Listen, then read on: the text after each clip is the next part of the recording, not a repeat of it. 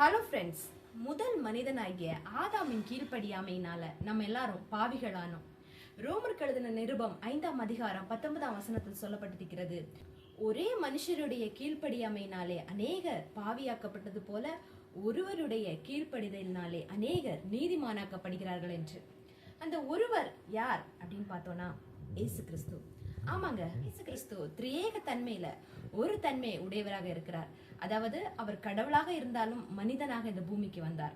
இயேசு கிறிஸ்து இந்த உலகத்துல வாழ்ந்த நாட்களை யோசிச்சு பார்த்தோம் அப்படின்னா அவருக்கு நிறைய பிரச்சனைகள் இருந்தது. அதாவது சாத்தான் மூலமாக அவருக்கு சோதனை இருந்தது, மனிதர்கள் மூலமாக அவருக்கு பிரச்சனை இருந்தது.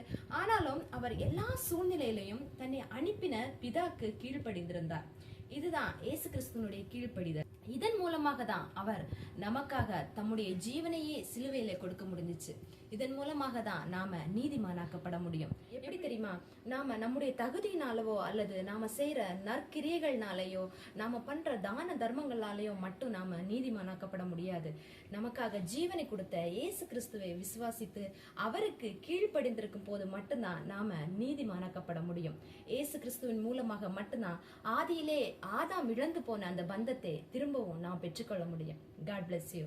ஆமென்.